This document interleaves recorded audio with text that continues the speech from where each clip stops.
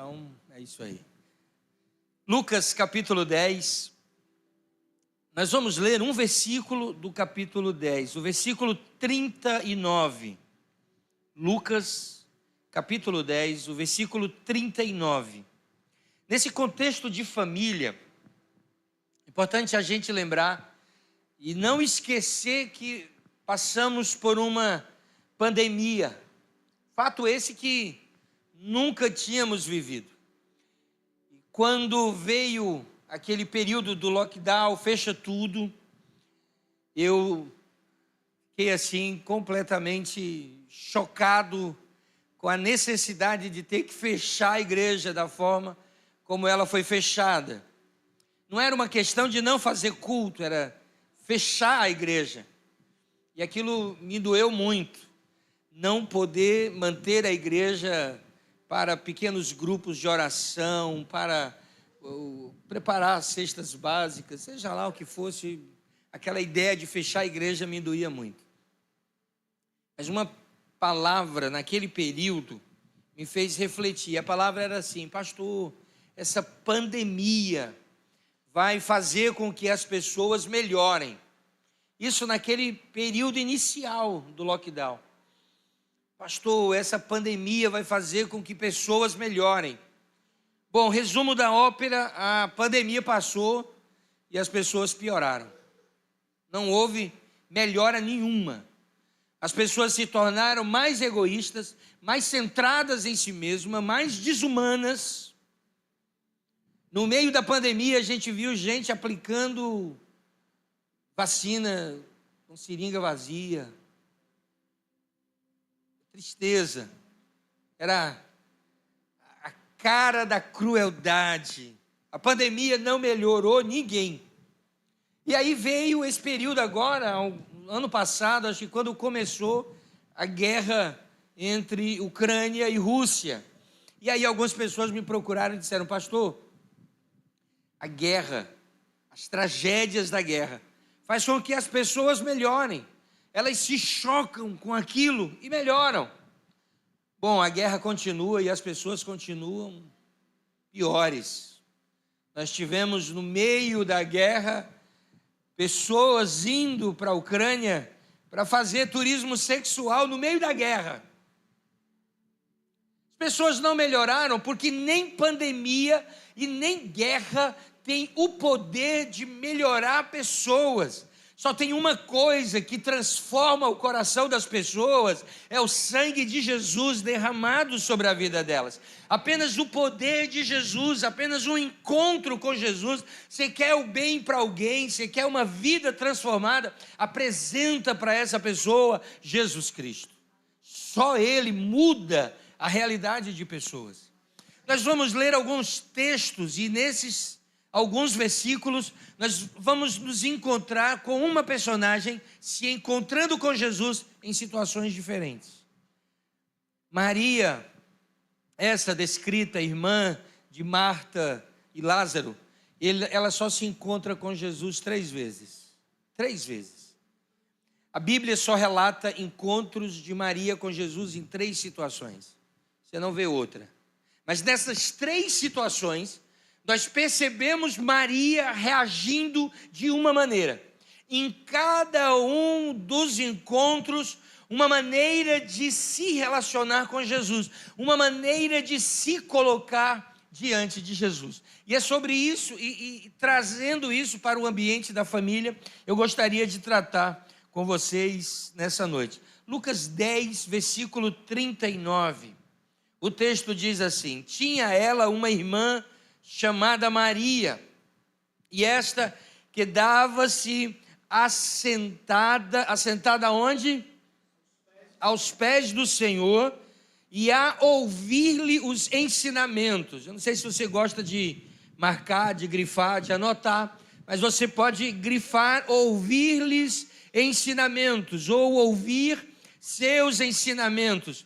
O primeiro encontro de Marta, aliás, de Maria com Jesus, ele é marcado claramente pelo desejo de Maria ouvir de Jesus ensinamentos. Falando para a família, como esse é um congresso de família, eu gostaria que você pudesse associar essa primeira coisa. A família precisa ser guiada com base nos ensinamentos de Jesus. Uma família próspera, uma família forte, uma família saudável, não é produzida apenas por um bom relacionamento do pai e da mãe e de um ambiente familiar e social. Uma família próspera, forte e saudável é construída a partir dos ensinamentos de Jesus. A família tem ouvido muitas coisas, tem muita frase, tem muita palavra sendo dita, como o marido deve se comportar, como a esposa deve se comportar, como os pais devem criar seus filhos, e isso tem causado uma bagunça na cabeça desta família atual do século 21. Eu fui criado, irmãos, de uma maneira completamente diferente da maneira como eu criei e tenho criado meus 2 filhos. Eu não apanhei pouco, não, eu apanhei que nem bicho. Mas não era porque papai era ruim, não, é porque eu tinha um bicho dentro de mim e só saía na peia. A gente, às vezes, uma família um dia falou para mim assim: pastor, eu vou dar para meu filho tudo o que eu não tive. Eu vou dar tudo o que eu não tive para ele. Eu disse: é um direito seu, dar tudo o que você não teve. Mas não se esqueça de acrescentar nesse pacote a entrega de tudo o que você teve. Disciplina, amor, cuidado, respeito, amor. Esse pacote, ele precisa ser completado com tudo o que a gente não teve. Eu não tive muita coisa que meus filhos têm hoje, mas eu também não posso deixar de entregar a eles o que eu recebi. E o que eu gostaria de compartilhar com você hoje é que Deus tem uma palavra de orientação para a família. Deus tem ensinado como o pai deve educar filho.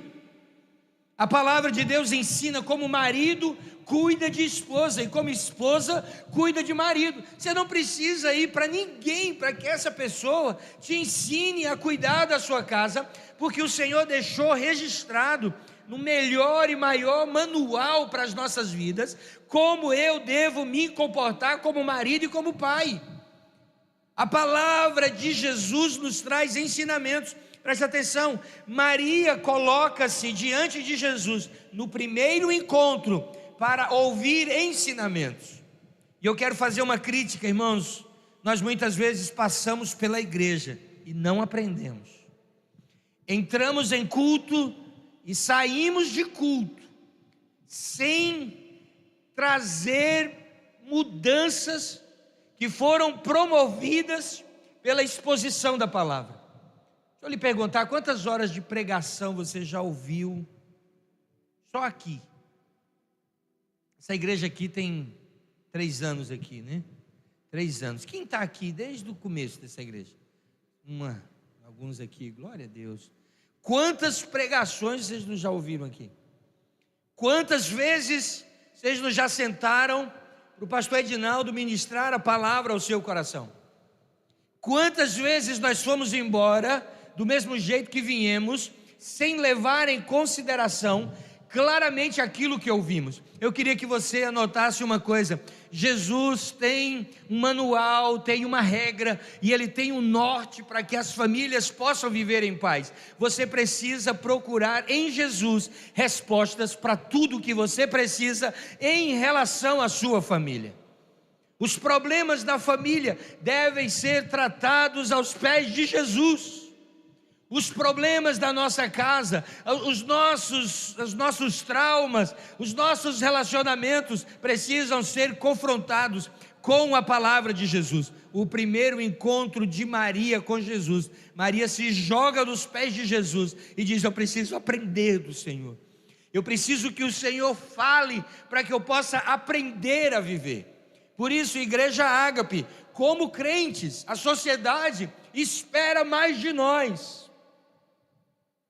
A igreja precisa ser um padrão para essa sociedade. A igreja precisa viver acima do nível da mediocridade. O nível medíocre é o nível do mediano. É o cara que vive na média. E esse nível de média da sociedade não serve para nós. Aquilo que temos visto e recebido do Senhor precisa ser levado em conta e com um extremo zelo em nossa vida. Eu questiono muito isso lá em Limoeiro. Temos vivido a palavra. Em Limoeiro nós temos uma onda de divórcio. Divórcio.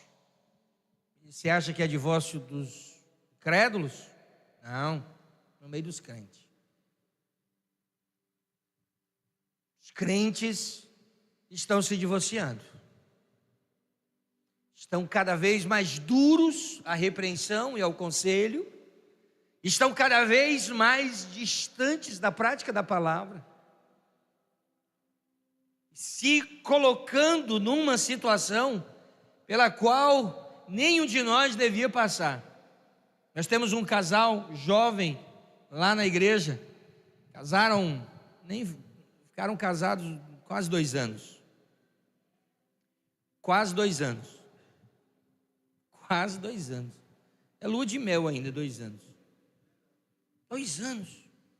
2 anos. E o que mais me doía no coração era aquela ausência de vontade de lutar pelo casamento e pela família. Tudo que a gente dizia, eles falavam: não, já fizemos. Não, faz isso. Não, a gente já fez isso. Não, isso. Não, a gente já fez também. Diz então, meu irmão, só fazendo a oração que o pastor Cláudio Duarte ensinou sobre o divórcio, né? É para matar.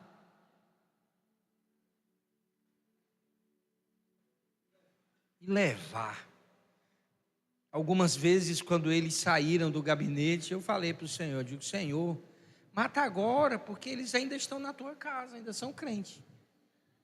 A gente vai fazer um velório até feliz, foram para o céu, o Senhor pode fazer alguma coisa agora. A dureza do coração está se instalando. E eu queria falar hoje para você, porque eu não conheço a sua realidade. Mas se tem uma coisa que você precisa dar ouvidos, é dar ouvidos aos ensinamentos de Jesus. Aquilo que Jesus falou está testado e aprovado. Aquilo que Jesus falou, Ele vai garantir.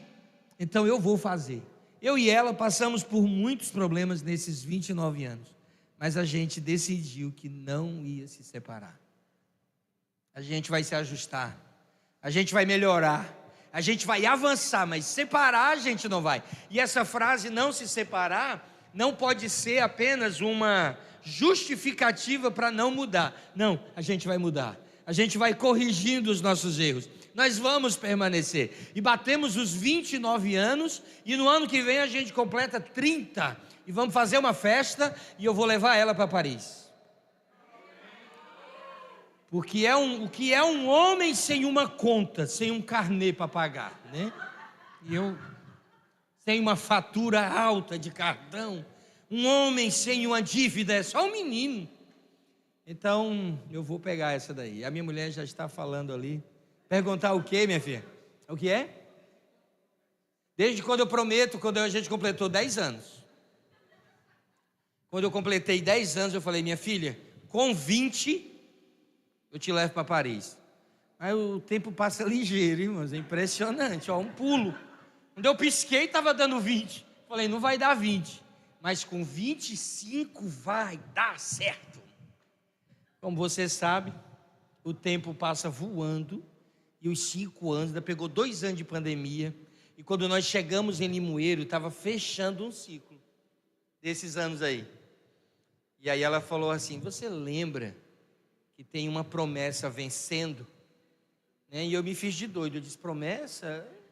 O que é promessa?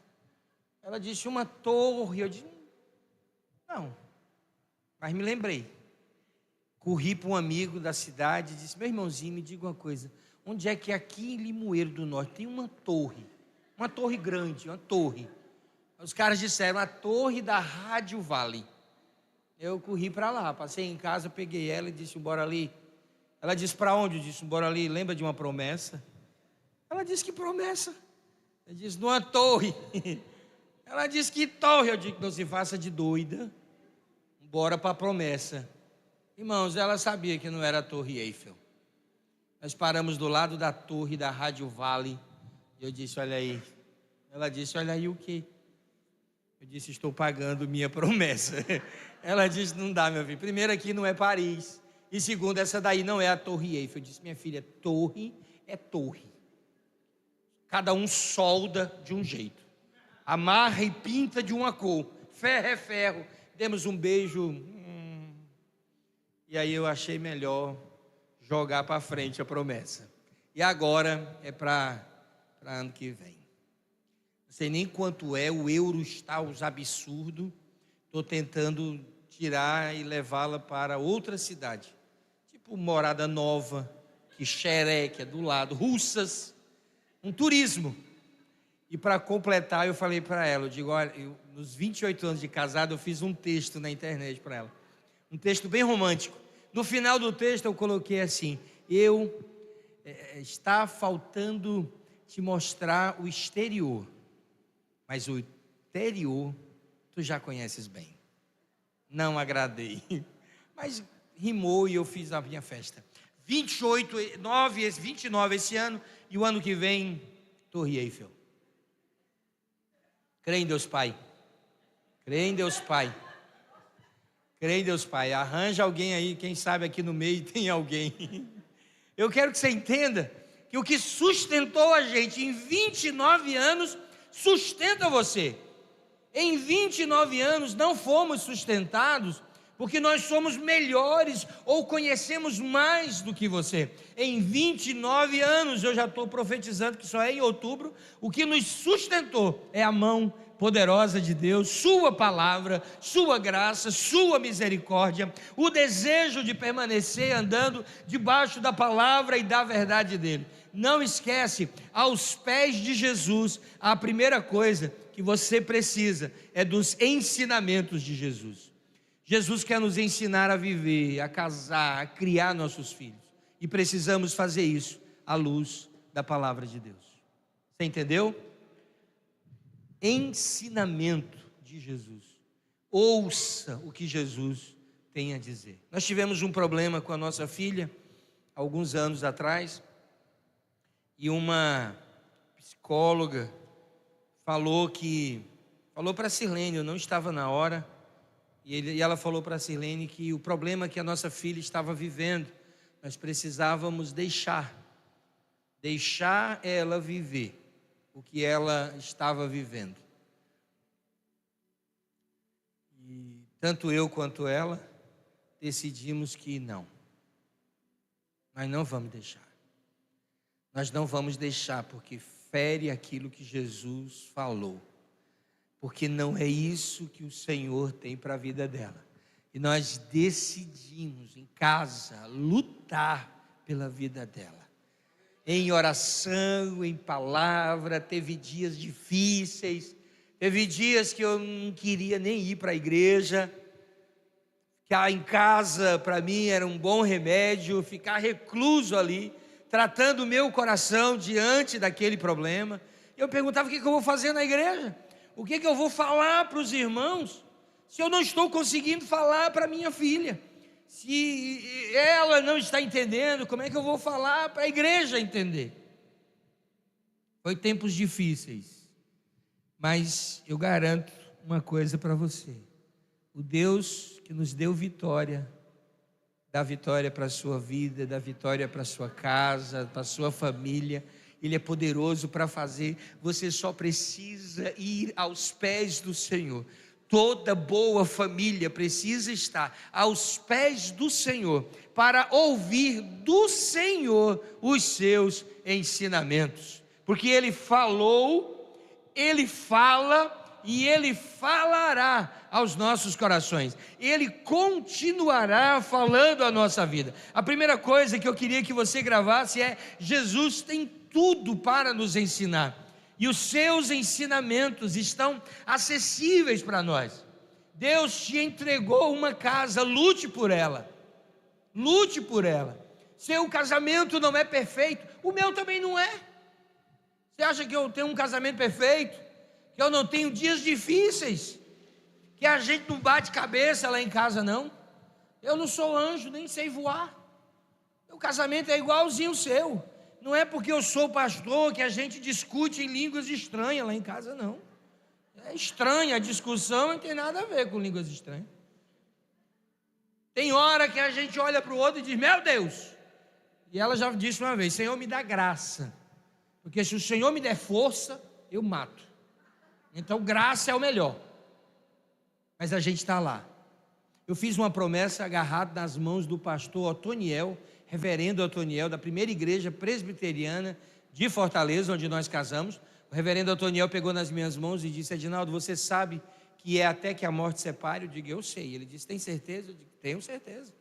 Até que a morte separe vocês, é isso que você quer? Eu disse: é isso que eu quero. Eu até achei que ele nem queria me casar. Ele repetiu pela 4ª vez: Edinaldo, você está ciente? Eu digo: ciente. Ele soltou minhas mãos, pegou a mão dela e disse: Sirlene, você quer casar com o Edinaldo e sabe que até que a morte o separe? Eu disse: quer. Ela quer. Você tem certeza, Sirlene? Ela disse: tenho. Quer? Quero. Pronto. Ali nós fizemos uma aliança e um compromisso. Meu irmão, eu vou enterrar ela com certeza, mas separar não separa. Entendeu? Eu irei enterrar essa jovem senhora. E eu fiz seminário e eu sei enterrar uma pessoa. Eu sei as músicas, sei os textos, eu sei tudo. E farei o melhor velório que eu já fiz na vida. Eu vou enterrar ela. E é melhor dentro de casa, você, quando discutir com a sua esposa, dizer isso para ela, do que abrir a boca e dizer: acabou, não dá mais para nós. É melhor você colocar a mão na consciência e entender que Deus não erra quando juntou vocês. Se Deus não erra quando juntou vocês, Deus não errou quando aliançou a vida de vocês. E Ele aliançou com propósitos. Você sabe que tudo que você fala, Deus escuta, mas o diabo também escuta. E em vez de lançarmos palavras dentro da nossa casa, carregadas de graça, carregadas de paz, ou mesmo com sabedoria, estamos amaldiçoando e lançando palavras de peso dentro de nossa casa. Por isso é melhor você pensar em velório do que você pensar em separação. E não é morte matada, tem que ser morte morrida. Entendeu? O que é que eu desenho?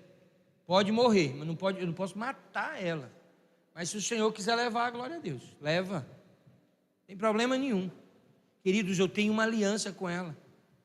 E é importante que, como família, a gente perceba que Deus, quando pensou em você, pensou na sua esposa, e eu e a Sirlene somos diferentes demais, cara. Diferentes demais. Lá tanto na questão de comida, na questão de gosto, de cor, de roupa, nós somos diferentes. Mas o Senhor não erra. Se o Senhor não erra, Ele me conhecia e conhecia ela. E quando nos juntou, não juntou para a gente viver um casamento heterogêneo. Ele juntou pessoas diferentes, heterogêneas, para somar suas capacidades e potencialidades. Eu trabalhei mais de 25 anos na indústria farmacêutica e aprendi uma palavra lá muito legal: sinergia. A sinergia é a soma, quando substâncias estão ali juntinhas, casadas, elas vão proporcionar um resultado. Se você é hipertenso e você toma 2 comprimidos, você toma um diurético e você toma um atenolol, sei lá, uma outra substância. Você pega o diurético, coloca na boca, bebe água, pega o outro comprimido, coloca na boca e bebe água. Você pode fazer isso um atrás do outro. O resultado é 2x. É 1 mais 1 vai dar 2x. É o resultado de 1 mais 1. A indústria farmacêutica fez o seguinte: pegou uma cápsula e encapsulou juntas essas duas substâncias. Misturou o diurético e o atenolol junto na mesma cápsula e fechou a cápsula. Agora, em vez de você pegar um e colocar na boca, pegar o outro e colocar na boca, agora você pega uma cápsula que tem as duas substâncias. E quando você ingere, pasmem, o resultado vai ser superior do que a soma individual das substâncias. Como isso acontece, não sei te falar, mas no casamento é do mesmo jeito. Quando você decide se unir à sua esposa, tornar-se uma só carne, já não é mais um que vai dar 2. Agora a soma, ela transforma-se em sinergia, e aí o resultado vai ser superior ao 1 mais 1. O que o Senhor quer dizer é que Ele estabeleceu a tua família para que ela seja poderosa na terra, e ela vai ser mais poderosa do que o que você planejou e imaginou. Ela vai ser mais profunda do que você planejou, ela vai ser mais intensa do que você planejou, porque está debaixo da direção, está debaixo dos ensinamentos que o Senhor tem para a sua vida. A cada encontro o Senhor nos ensina a viver, nos ensina a adorar, nos ensina a servir, nos ensina a cuidar da nossa casa e da nossa família. O primeiro encontro de Maria com Jesus foi para sentar aos seus pés e ouvir os seus ensinamentos. Vamos para o segundo encontro? Abre aí no livro de João, capítulo 11 e o versículo 32. João 11, 32, nós temos registrado aí o segundo encontro de Maria com Jesus. 11, 32.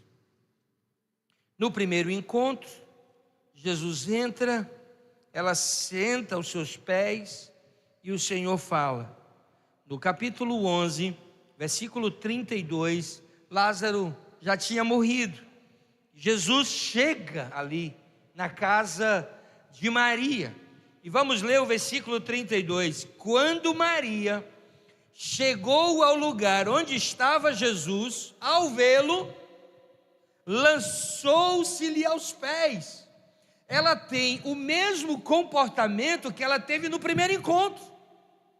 Quando ela chega e vê Jesus, o texto vai dizer, ela senta-se, ela se acolhe aos pés de Jesus e ouve os ensinamentos. Agora Jesus chega na casa dela e o que ela faz? Ela se lança aos pés de Jesus, lançou-lhe aos pés dizendo, Senhor, se estiveras aqui, meu irmão não teria morrido.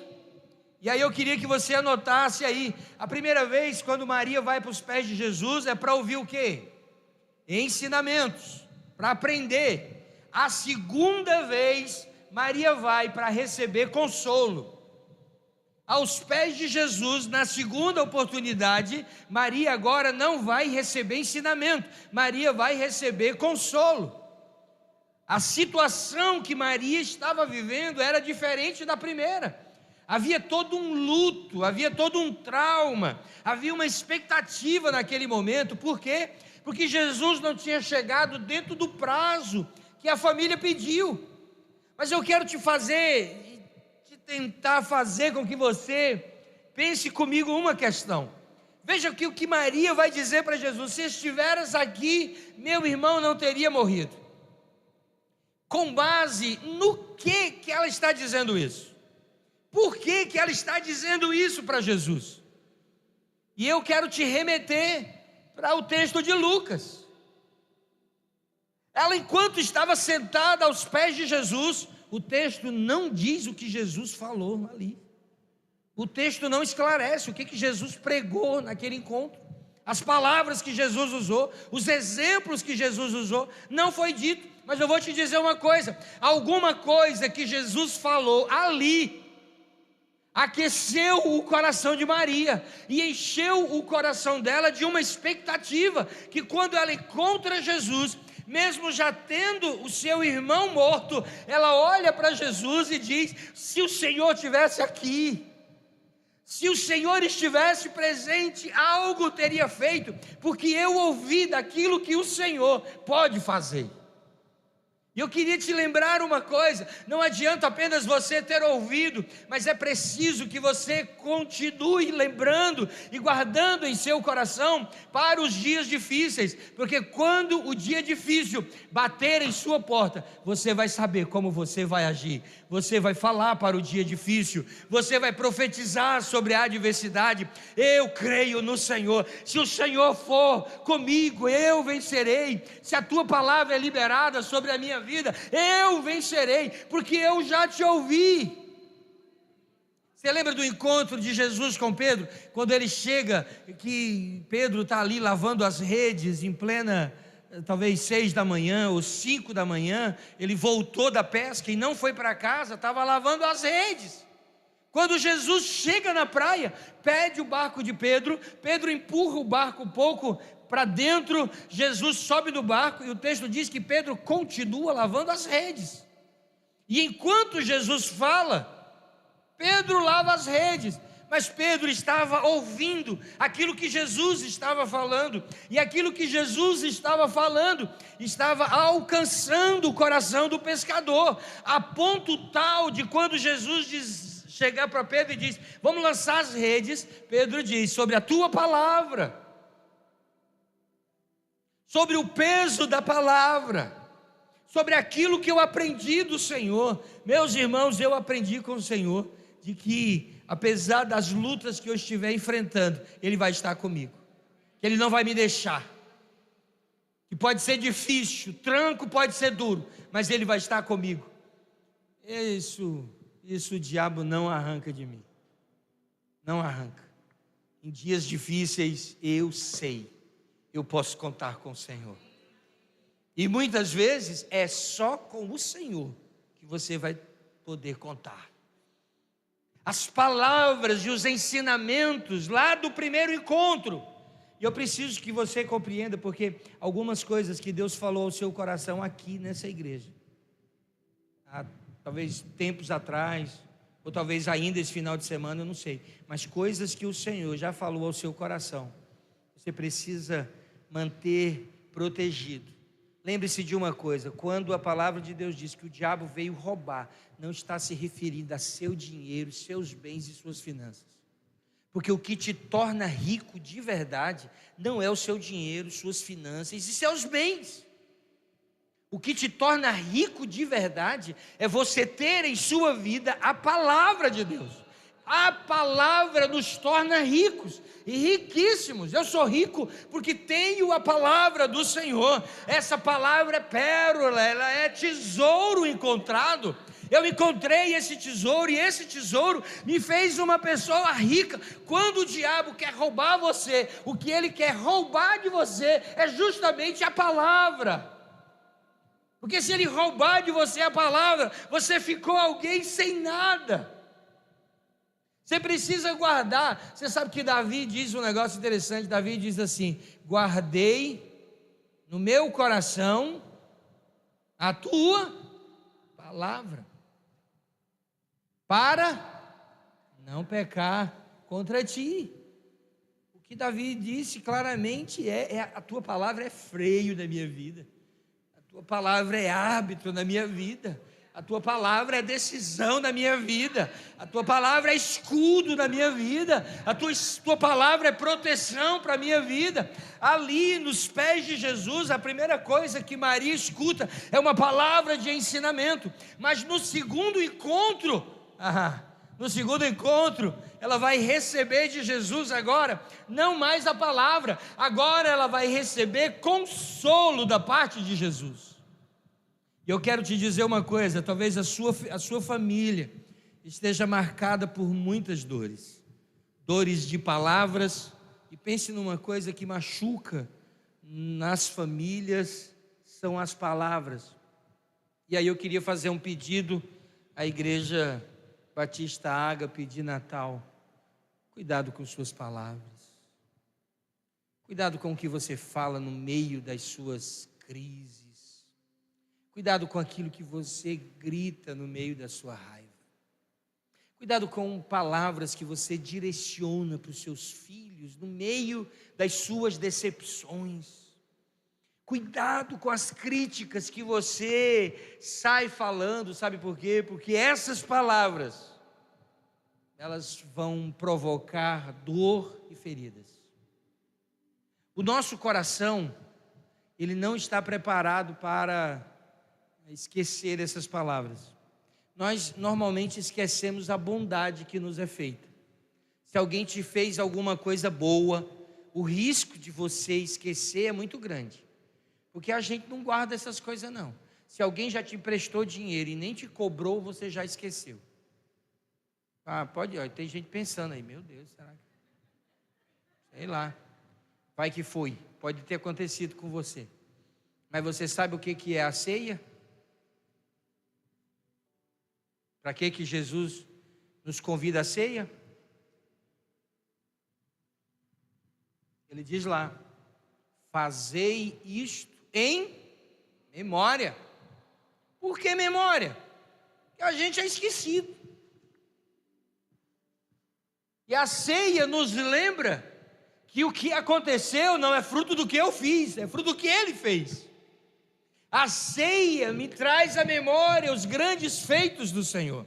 A ceia me faz lembrar que a cruz era minha e Ele tomou a cruz em meu lugar. A ceia me faz lembrar que o pecador sou eu, Ele é o Cordeiro Santo, Ele é o Cordeiro vivo. A ceia me traz para o chão e me mostra que eu preciso dEle. Por isso, ceia em memória do Senhor. Coma do pão e beba do sangue, sabendo que você foi perdoado. Não é que você pagou a dívida, você foi perdoado da dívida. Você não tinha como pagar a dívida. E por isso o preço da dívida só podia ser feito através de um cordeiro sem mancha, puro, sem pecado. Não dava para nós. Mas Jesus decide tomar o nosso lugar. Você estava no corredor da morte. E o próximo a ser crucificado éramos nós. Você lembra dessa história? Porque essa história é conhecida e você é aquele personagem. Você lembra quando Pilatos chega para a multidão e diz assim: devo soltar Barrabás ou Jesus? E aquele Barrabás éramos nós. Aquele Barrabás ali era nós, cheio de falhas, cheio de pecado, cheio de culpa,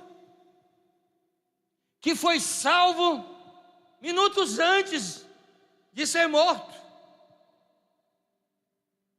A ceia nos lembra, e os encontros com Jesus precisam ficar registrados. Hoje à noite, o que o Senhor Jesus está falando para nós hoje é que Ele quer derramar consolo sobre o seu coração. Ele quer findar as dores da sua vida. Não é que o problema vai passar, mas Ele está dizendo: eu vou arrancar a dor, eu vou arrancar o que machuca, eu vou arrancar.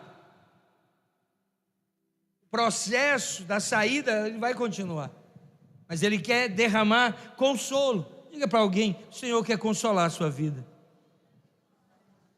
A dor do luto chegou na casa de Lázaro lá em Betânia. A dor das decepções e das frustrações. Em casais que ainda guardam palavras que ouviram momentos antes, talvez de casar, do filho nascer, durante a gravidez, seja lá quando foi, essas palavras ainda doem. E é preciso você se permitir ser perdoado. Lá em Limoeiro aqui não deve acontecer, mas lá em Limoeiro a gente conversou já com algumas pessoas, e essas pessoas entendem que Deus as perdoou, mas elas não se perdoam. Entendeu? Deus as perdoou, mas ela não se perdoa. Ela entende, não, pastor, eu compreendo, Jesus me perdoou. Eu digo, e aí? Não, eu que não me perdoo. Está complicado. Está complicado. Como é que você se reclama de uma consequência que não tem mais? Como é que você reclama de uma situação que já foi tratada e sarada? O Senhor Jesus quer sarar a nossa vida, quer sarar as nossas memórias. Ele quer derramar do seu bálsamo que cura as dores da nossa vida. Muita gente oprimida pela depressão. E depressão é, talvez de uma maneira muito simplista de explicar, a depressão é caracterizada pelo excesso de passado. A depressão é uma vida carregada de pressões, de coisas que estão para trás. A ansiedade é o contrário, é uma vida carregada com coisas que ainda vão acontecer.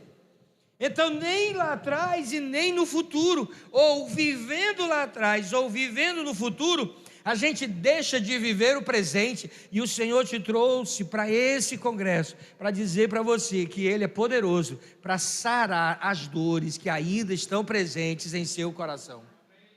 E você pode receber perdão, porque Ele é poderoso para perdoar. Seja qual for a falha, Ele não pergunta a falha, Ele perdoa a falha. Não importa, o filho pródigo volta para casa e o pai não pede relatório. Estava onde? Gastou com o quê? Cadê as coisas que eu te dei? Cadê? Ele saiu daqui com arrumo de coisa, cadê as coisas? Cadê a roupa? Cadê o anel que eu te dei? O pai não fala nada disso. O pai decide tratar o filho. Não significa que a história não continue, mas significa que ele vai te receber, que ele vai te abraçar, que ele vai derramar sobre a sua vida cura e restauração. Você crê nisso? Então, o primeiro encontro de Maria com Jesus foi para ouvir ensinamentos. O segundo encontro de Maria com Jesus foi para receber consolo. E Jesus derrama consolo sobre o coração de Maria. Jesus diz para Maria: Maria, teu irmão vai ressuscitar. Maria, nada está perdido. O Senhor derrama consolo, dizendo para nós que pode fazer na nossa vida aquilo que nós achávamos já não ser mais possível. E esse possível se torna real, e o Senhor transforma isso em consolo. Ele nos senta aos seus pés para dizer: eu vou cuidar de você, tenha calma, eu estou ao seu lado. Você pode descansar no Senhor, você pode repousar no Senhor, todas as suas dores. E eu digo para você, sabendo, nós já sentamos simplesmente para receber consolo. Nós já sentamos para chorar uma oração sem palavras, porque não tinha como dizer nada, é só choro.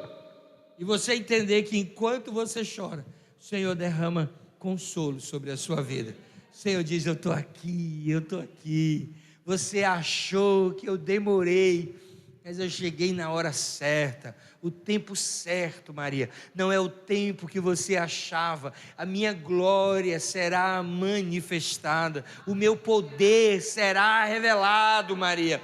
Não é apenas a minha presença, mas o que a minha presença pode provocar no ambiente, Maria. Eu não cheguei atrasado. Hoje nessa casa vai haver júbilo, vai haver alegria. Aquilo que estava morto vai reviver. Eu estou derramando consolo sobre a sua vida, Maria.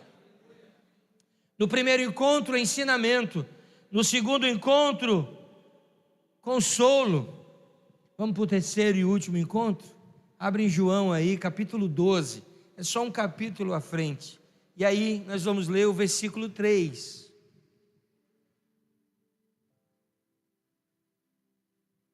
No primeiro encontro, ensinamento. No segundo encontro, consolo. Olha só o que diz o versículo 3.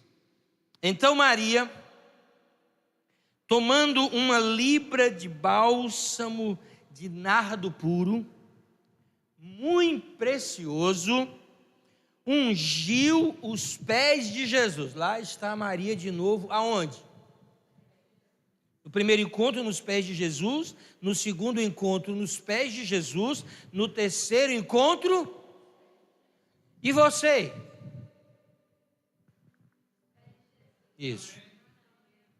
Então bora no primeiro encontro, no segundo, no terceiro, e você?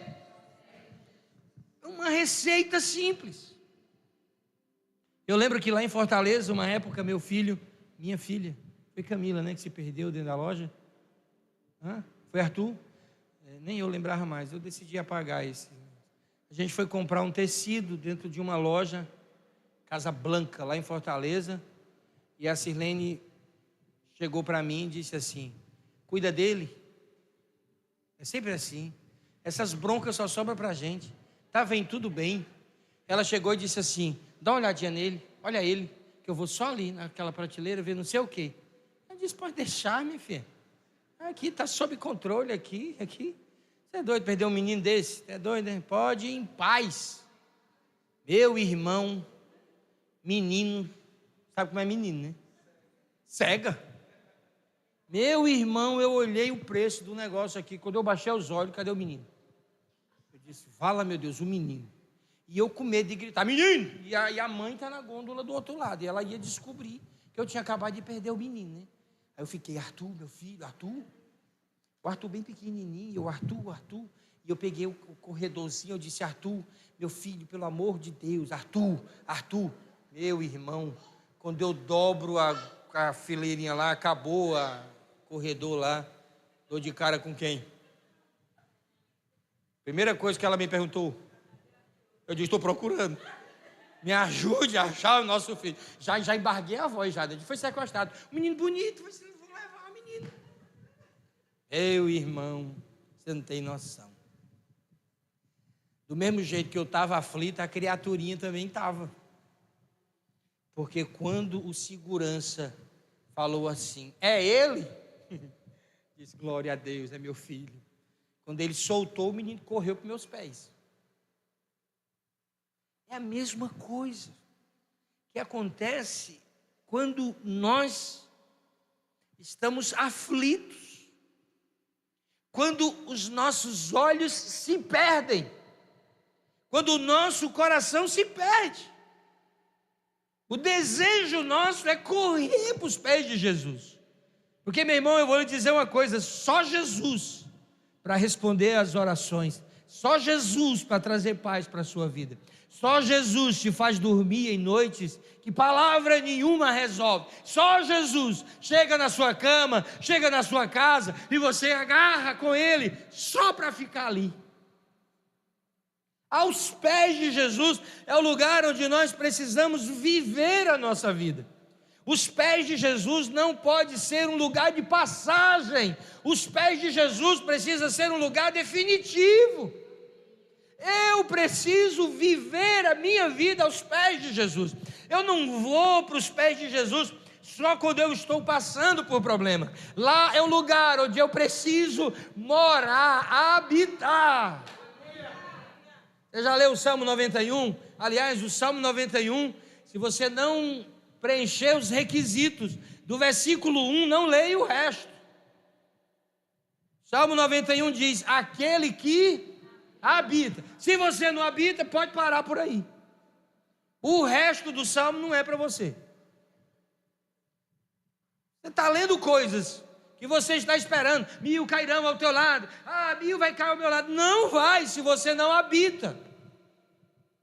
A garantia é para quem está lá, é para quem faz de Jesus sua morada, sua habitação, seu lugar de descanso, seu refúgio. Pega a sua família e decida habitar aos pés de Jesus. Eu e minha casa, como disse Josué, nós serviremos ao Senhor. Vocês eu não sei, eu já tomei minha decisão, vou levar minha casa para os pés de Jesus.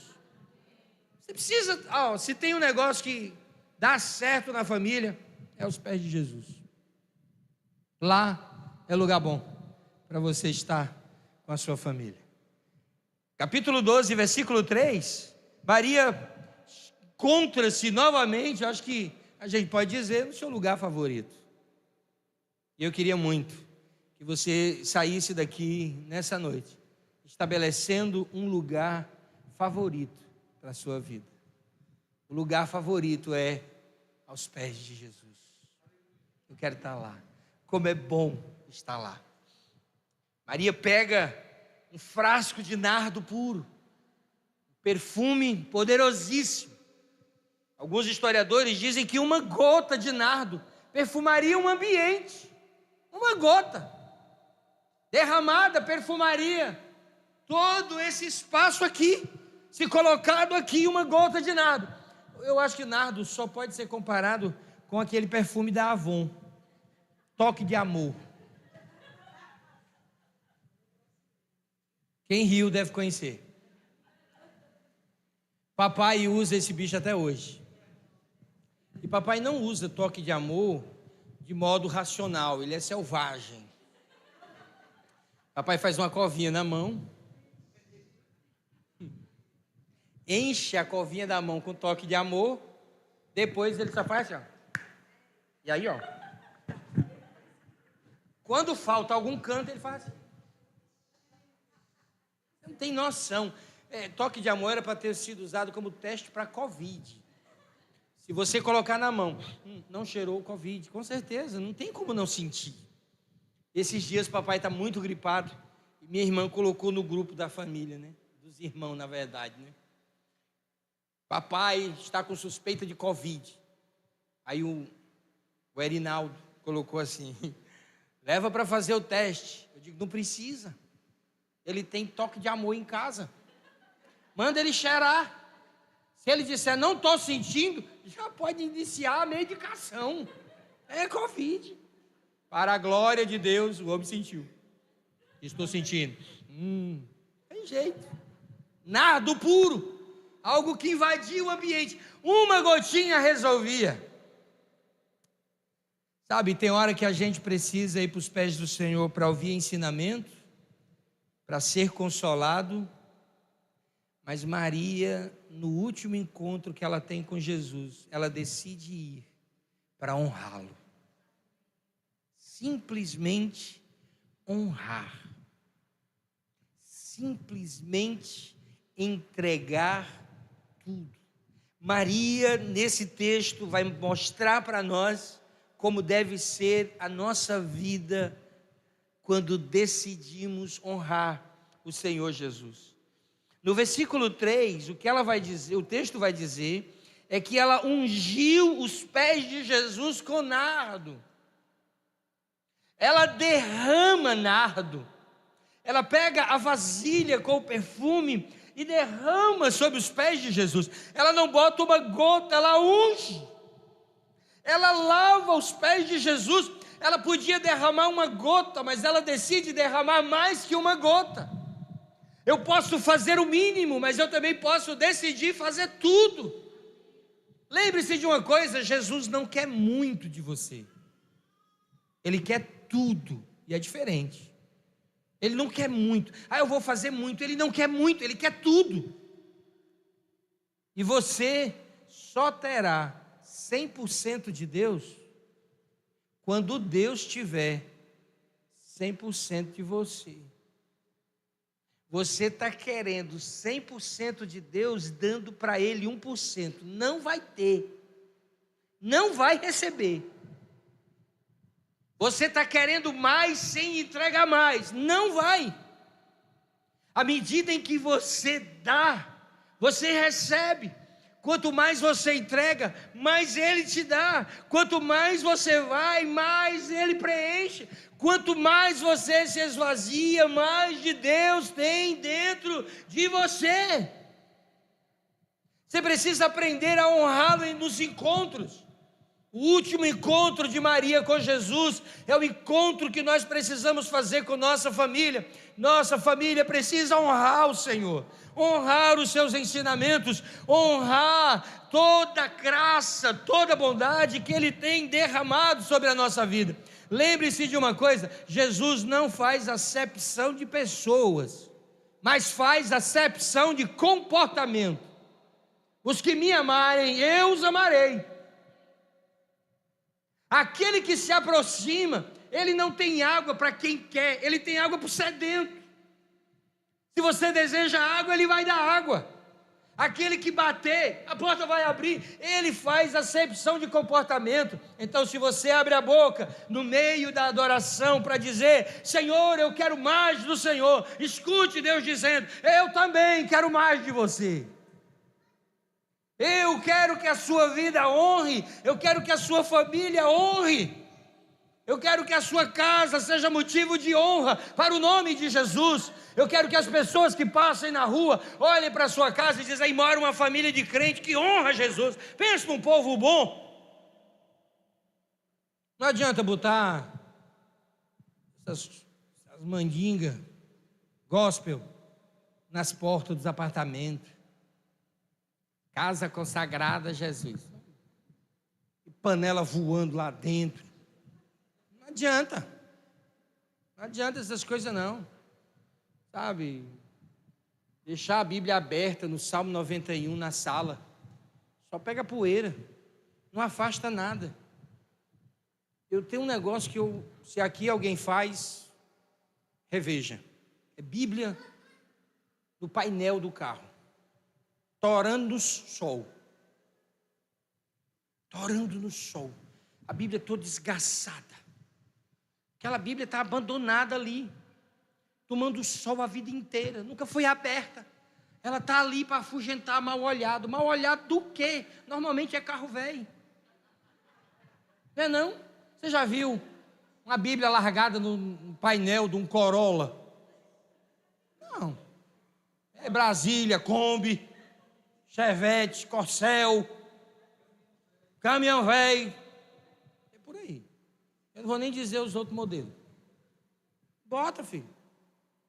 Bíblia aberta, no estabelier, nas salas de casa, não resolve. Essa palavra precisa estar aberta aqui dentro, fazendo efeito aqui dentro. A Bíblia aberta é uma vida que honra o Senhor. Pegue a sua família, leve para dentro da sua casa, de que nós vamos honrar o Senhor nesse lugar. Nós vamos viver que nem gente. Nós vamos lutar pela nossa casa, pela nossa família. Transforme sua família numa facção. Alguém já tentou mexer na facção do bairro, assim, um negócio perigosíssimo, é facção.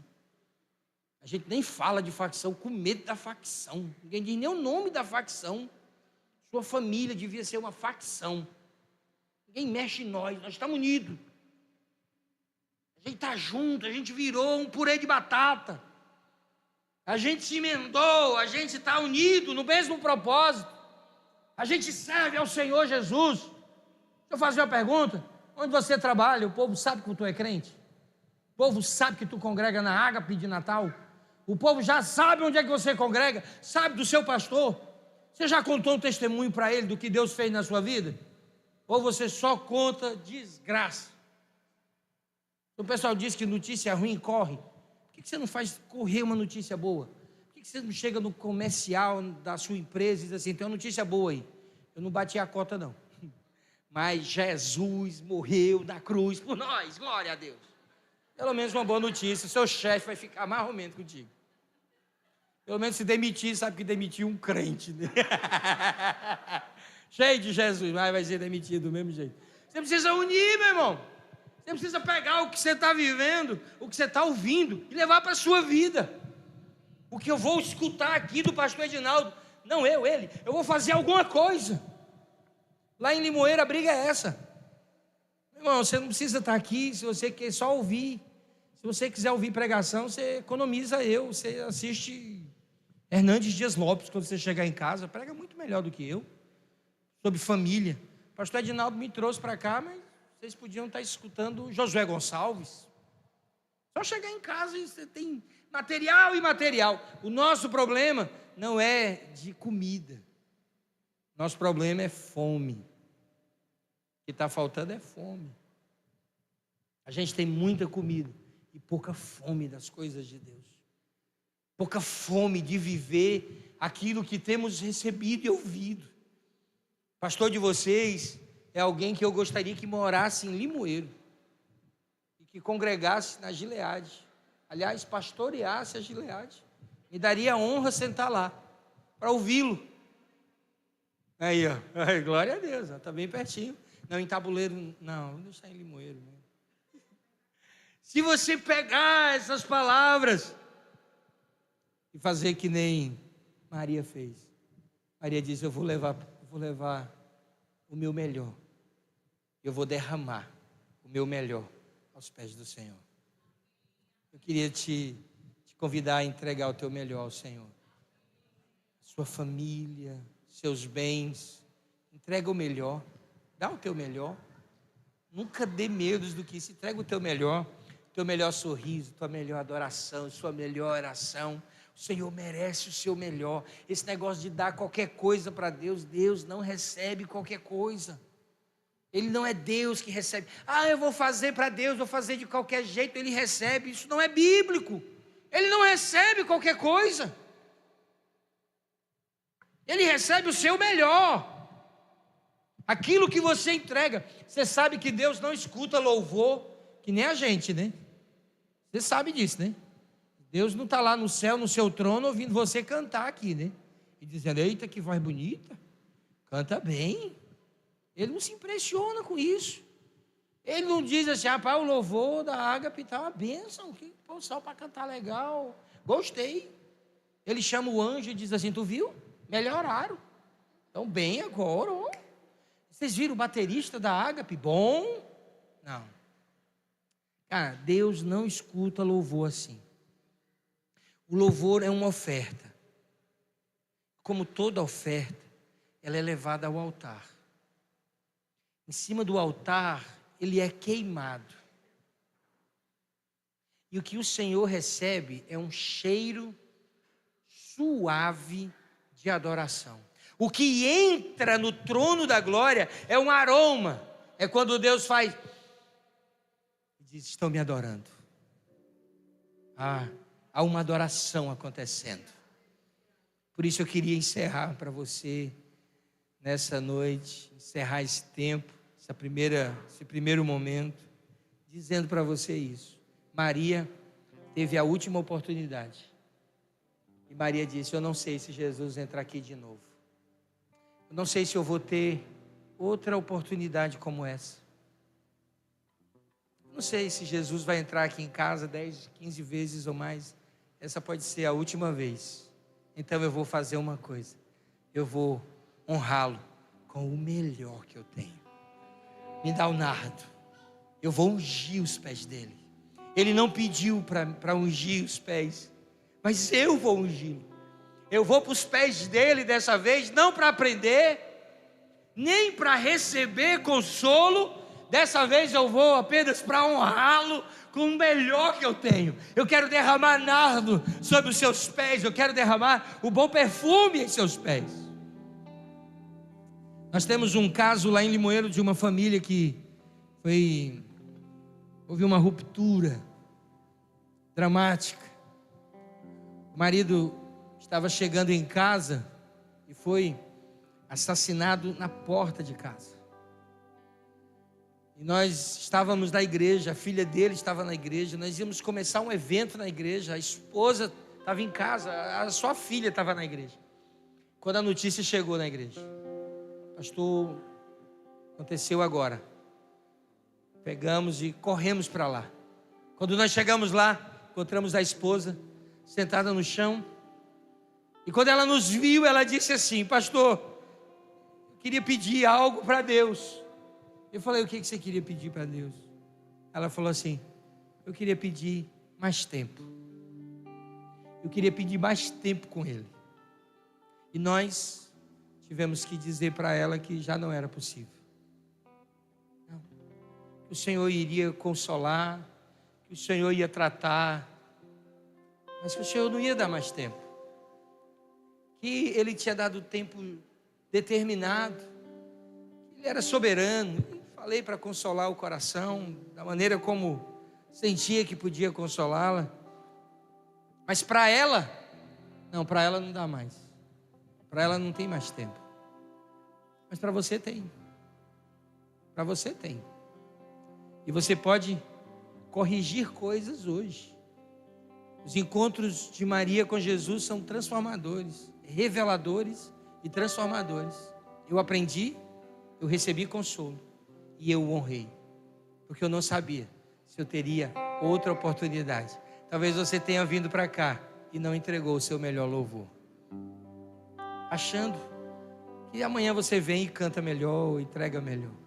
Todas as oportunidades que Maria teve com Jesus, transformou essas oportunidades em oportunidades únicas. Então eu queria muito que você levasse para a sua casa hoje, para o meio da sua família, para o lugar de restauração, para o altar da restauração, a sua família, entendendo que é do Senhor que você vai receber tudo o que precisa, mas é também aos pés do Senhor que você precisa entregar tudo o que você tem, todo o seu melhor, o melhor da sua vida, precisa ser colocado também aos pés do Senhor Jesus. Que Ele te abençoe poderosamente e que a sua vida encontre em Cristo refrigério e alívio para a sua vida, em nome de Jesus. Pastor Edinaldo.